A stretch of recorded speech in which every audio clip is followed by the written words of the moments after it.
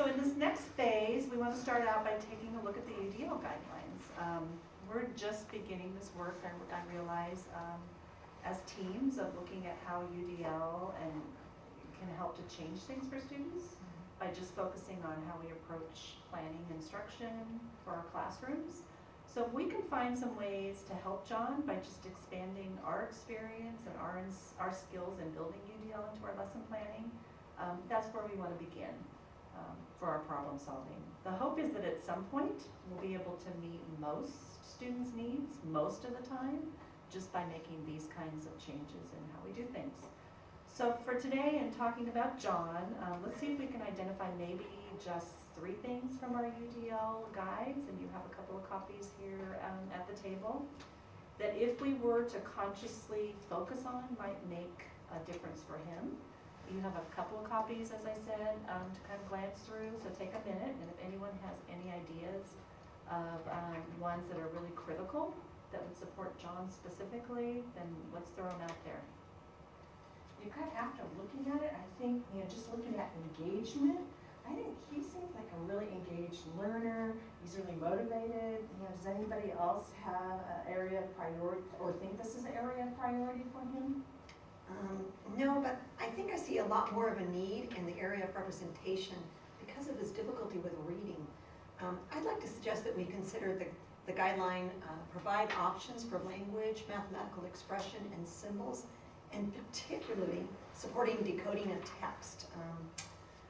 I was thinking that if I could focus in my classroom on highlighting specific words, key passages, in these longer passages, that it would be a great strategy for John and for the whole classroom. That's excellent. Does everyone agree with that? Yeah. And I've been really focused on providing all of my class materials to all students through PowerPoints or handouts or the study guides in a digital format.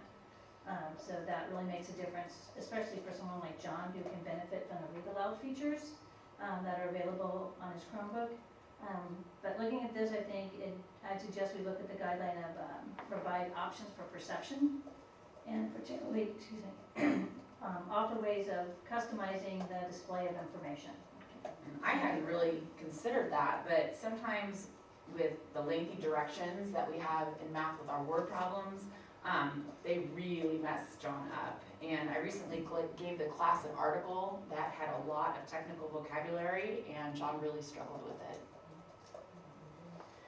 I'd also like us to kind of take a look at the action and expression component of UDL, because with his challenges with writing, his ability to be successful with longer writing passages and assignments really seem to be like a major concern at this time. And I think it would be great if we could really expand the types of options we give to students for these long involved projects. I know I've worked with some of you on ideas for alternatives for particular students over the years, but I think if we make this available for all students, then he wouldn't stand out so much and feel so different than the other students.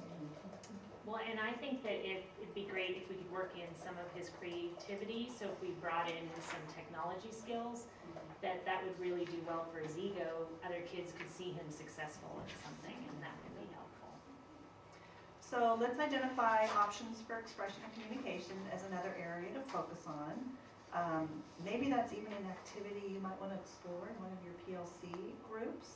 What are the various different ways or options we can have available as kind of a collective group for students that would still require them to think critically and demonstrate their grasp of the content in a way other than writing a paper.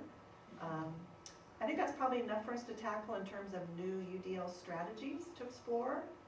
So I have a question for you. If we were to end right here and just say, you know what, we're going to focus on providing options for language, mathematical expressions, and symbols, providing options for perception, and providing options for expression and communication, do you as a group believe that's enough to support John at this point in time?